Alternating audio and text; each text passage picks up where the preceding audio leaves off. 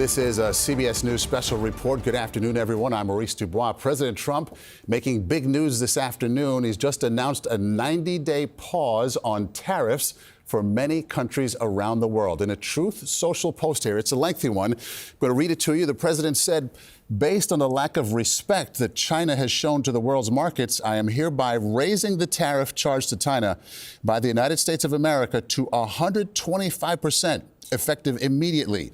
At some point, he said, hopefully in the near future, China will realize that the days of ripping off the USA and other countries is no longer sustainable or acceptable. Conversely, and based on the fact that more than 75 countries have called representatives of the United States, including the Departments of Commerce, Treasury, and the USTR, that's the U.S. Trade Representative, to negotiate a solution to the subjects being discussed relative to trade, trade barriers, tariffs, currency manipulation, and non-monetary tariffs, and that these countries have not, at my strong suggestion, retaliated in any way, shape, or form against the United States. I have authorized, the president says here, a 90-day pause and a substantially lowered reciprocal tariff during this period of 10%, also effective immediately. Thank you for your attention to this matter. And that is the entirety of the president's Truth Social post there. All this has the stock market surging right now, up 5 and 3.3% there, up some 2,000 points at this moment. It's been going back and forth. And we saw the successful negotiating strategy that President Trump implemented a week ago today. It has brought more than 75 countries forward to negotiate. It took great courage for him to stay the course until this moment. And what we have ended up with here, as I told everyone a week ago, they're in this very spot, do not retaliate and you will be rewarded.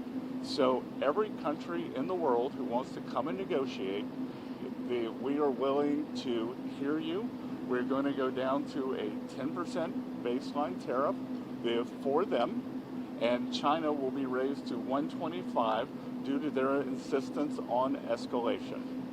Ed, go ahead.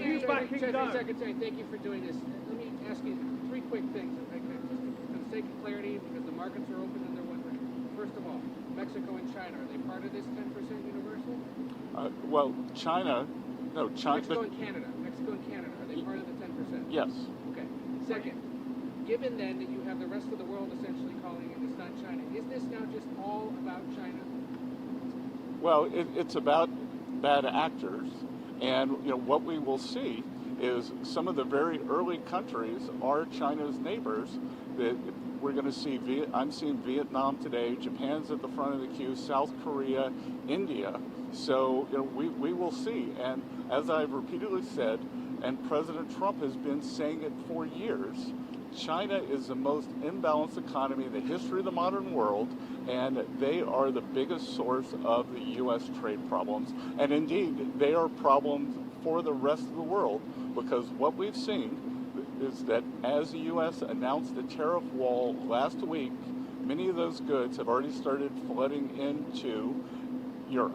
So as you see it now, this trade war is China versus the rest of the world? Well, I'm not calling it a trade war, but I am saying that China has escalated, and President Trump responded very courageously to that, and we are going to work on a solution with our trading partners.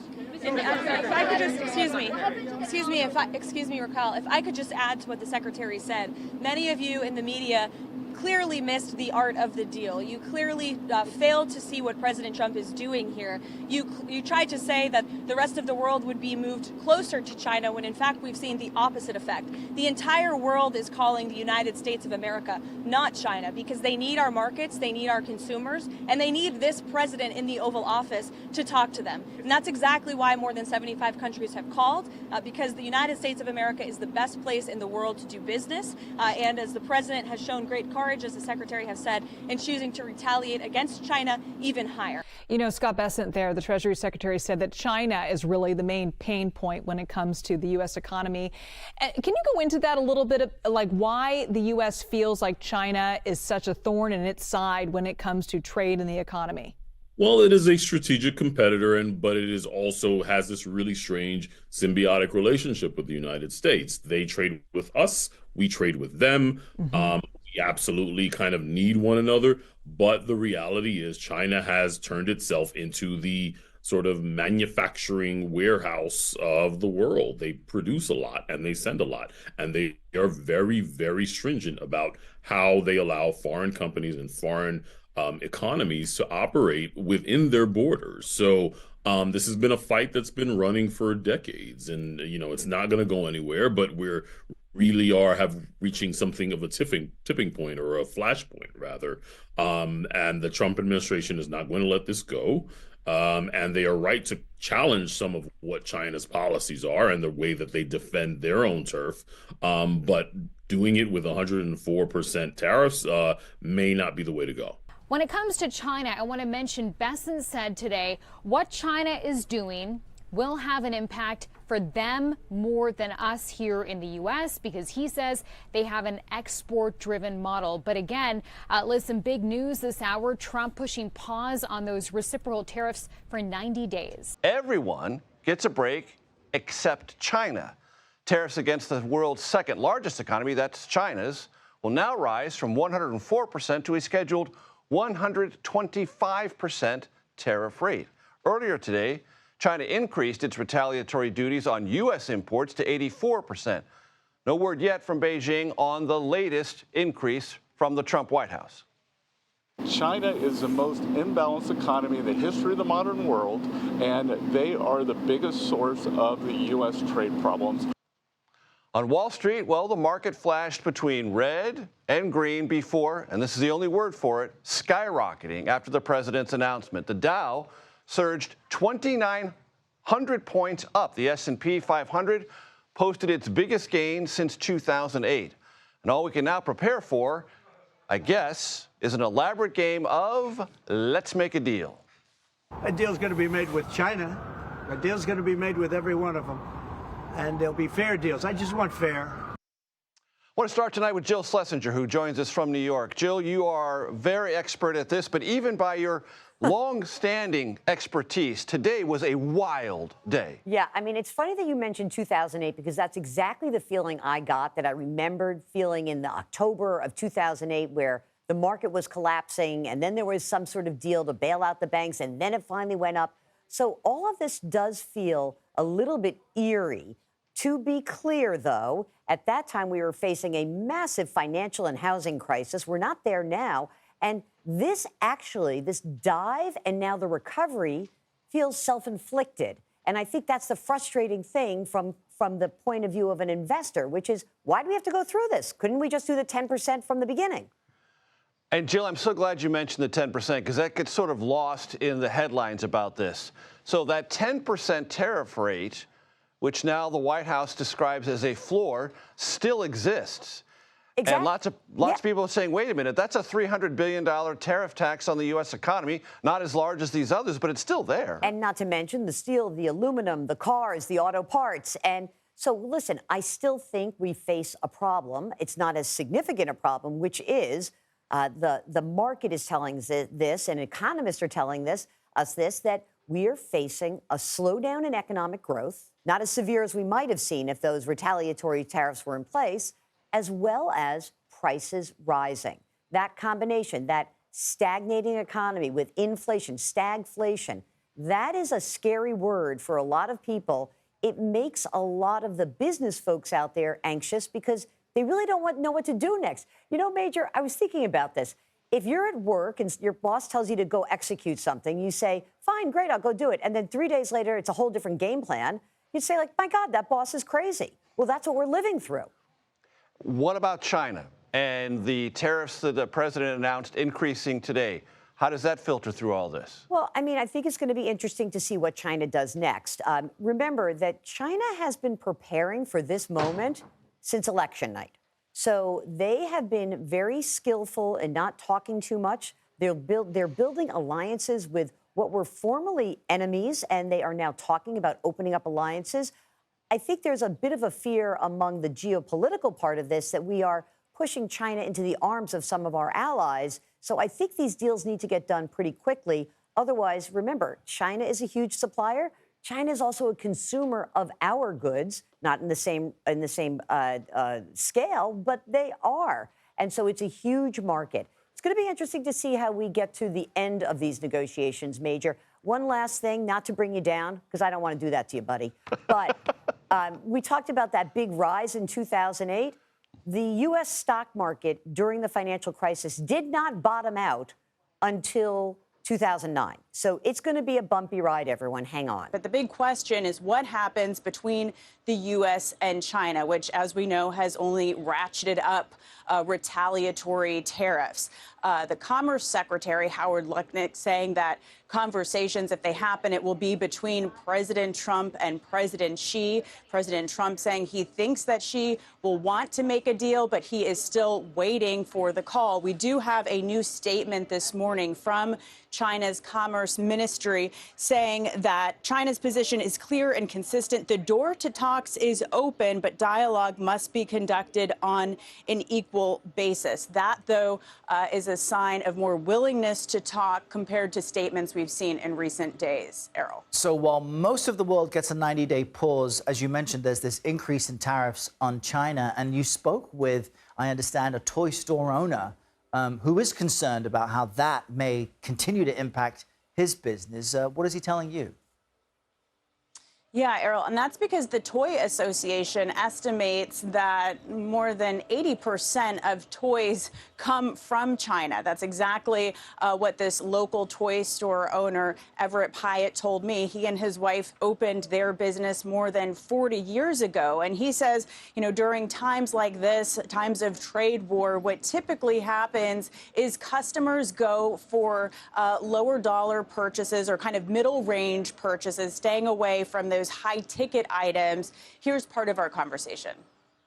Usually what happens is that the average sale goes down a little bit. People start looking for less expensive items.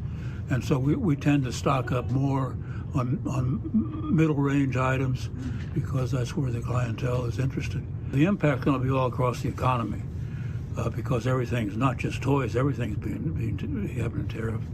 So people will just have to adjust and make their own judgments about what's important in that particular family. So as consumers start to change their habits, that puts pressures on these small business owners to try to figure out how they're going to change their orders of these products. And really everyone just waiting to see how long this lasts, if it's just temporary or if it continues for some time, Errol. Turning to the stock markets, which have really been top of mind for both that meeting and for so many across the country. Markets tumbling out of the gate today. They have yet to recover after one of the most historic days of gains in recent history. The bounce back followed President Trump announcing a pause in reciprocal tariffs on most of the U.S.'s trade partners, while once again raising the levies on China. Yesterday, the president said he was increasing tariffs on Beijing to 125%. But when combined with an earlier 20% tariff to curb fentanyl, that number is up to 145%. 145% on some Chinese goods. All that uncertainty is being reflected in the market. Here's a look at the big board following the news. The Dow Jones is down 2.66%. S&P 500 and tech-heavy NASDAQ also suffering heavy losses. Despite yesterday's positive rebound, though, the market is still down overall since President Trump's so-called Liberation Day, of course, when he announced those sweeping tariffs and what he calls his reciprocal tariffs on almost all of the U.S.'s trade partners. As the markets falter, President Trump there meeting with his cabinet at the White House today, just wrapping up moments ago. And during that discussion, he stood by his decision to raise levies on China. We're in very good shape. We think we're doing very well. Again, there'll be a transition cost and transition problems, but in the end, it's going to be a beautiful thing. We're doing again what we should have done many years ago. We let it get out of control, and we allowed some countries to get very big and very rich at our expense, and can't let that happen. It's not a sustainable formula. There is, though, some positive news for the U.S. economy in all this. The latest numbers from the Bureau of Labor show consumer prices cooled more than expected in March, bringing inflation to 2.4% from the same time last year. Joining me here on set is CBS News Money Watch correspondent Kelly O'Grady, who has been a very busy person the past couple of days. But Kelly, I know that yesterday there was a lot of rallying. Despite yesterday's spike, though, the market's still down from where it was prior to all these tariffs being announced. What impact is this trade war that continues to evolve? What impact does it have on the U.S. economy overall? Well, that remains to be seen, right? Because we don't know how much of these tariffs will get passed on by businesses to consumers. We also have that pause. So that 10%, where does it go in the future? Where does this, this up and down with China go in the future? I want to just go back to the markets for a second, because we were down, just when you were reading this intro, about 1,000 points or so, give or take. We were down in the Dow over 2,200 points at one point. And with the S&P 500, we were roughly about 6% down. The circuit breaks when you reach 7%, and trading is halted because there's too much volatility. And so I bring that up because investors had this moment of sugar high yesterday. And there was a lot of excitement that there might be deals to be had. And today, it's all sort of coming back to reality. And I was talking to a number of economists. They said, look, we didn't necessarily celebrate yesterday, because even if we have a 90-day reprieve, what happens after that? What happens with China? And what happens with consumer sentiment? Because consumers may decide to pull back on spending regardless of what happens. So I wanted to weave in the markets to answer your question, because you are seeing that anxiety about where the economy could go reflected again in the markets, even after yesterday's sort of euphoric piling back in. Well, and you talk about markets and all the volatility. The president admits he was monitoring the bond markets, which have gotten a lot of attention today because it factored into his decision to extend, put a pause, I should say, on these tariffs for 90 days. Why does the bond markets, for people who don't understand, hold such sway in making these kinds of decisions? All right, I'm going to get nerdy for a second here. Do it. Okay. So the bond market is traditionally thought of as a safe haven, a steady return, because what that means is you are buying, 10-year Treasury, 2-year Treasury, you are buying America's debt. And the idea is that America has a strong economy, a strong dollar, and they're going to be able to pay that debt. And so when you see money leaving the stock market, the idea is, well, it would likely go into bonds, because that's not going to get as high of a return as you might in the stock market, but you are betting on the U.S. and that being a safe economy to be in. We saw not a lot of interest in a couple of auctions for some of those bonds. And so the president, a lot of people are saying, was bullied by the bond market. We're hearing from the White House that it did factor somewhat into the decision. But really, this was just kind of if people aren't willing to buy that debt, that is a concern for the U.S. And was that something that we saw even just Tuesday night going into Wednesday morning that triggered this about face? Again, one of the things I think only in the president's mind will he know exactly what triggered it, but it was certainly a contributing factor.